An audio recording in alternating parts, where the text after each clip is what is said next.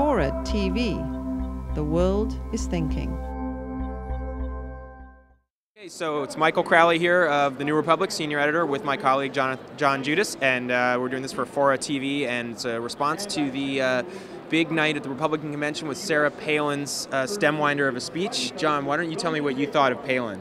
Did she do what she had to do tonight? Expectations were pretty high. I thought she did very well, and the main thing is she didn't stumble. She was very sure of herself, and her message was pretty tough. I thought, especially when she started talking about her small town, working class roots, comparing Scranton to San Francisco, putting that statement that the Obama people made in response to her about all she was a small town mayor, really putting that back in their face.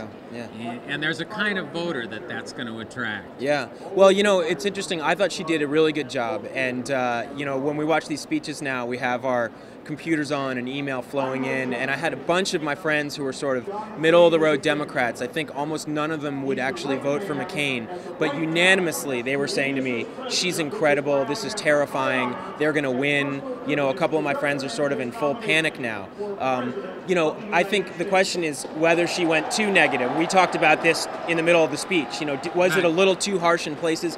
My take is that the kind of freak show factor going on here, the fascination with her and that amazing tableau on the stage where McCain comes out with her very unusual family, I think kind of lets her get away with more than she might ordinarily be able to, or that a white male, and you know, older white male might be able to. I was thinking afterwards what kind of voter that would appeal to.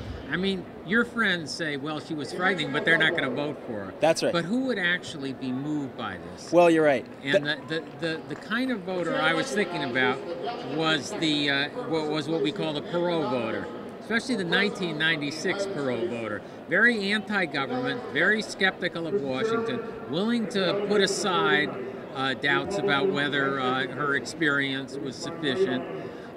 And I think her message would appeal to some of those voters, and some of them live in places like Ohio. Yeah. So I think that's the group that I would be worried about in terms of her appeal. But the other thing about her is that the main question is going to be what else comes out of Alaska. Yeah. You know, because she can give a great speech. Yeah. But if these stories continue, they'll really damage her. And there's going to be a lot of demand for her to go on into a setting where she's not going to be able to read a teleprompter. Yep. And she'll have to answer questions. How is she going to do then?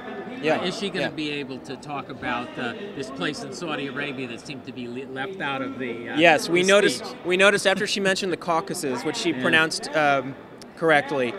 There was a passage in the speech which appeared to have disappeared, which referenced an oil production facility in Saudi Arabia. Now, if it was in there, we have egg on our faces, but we think she skipped over it.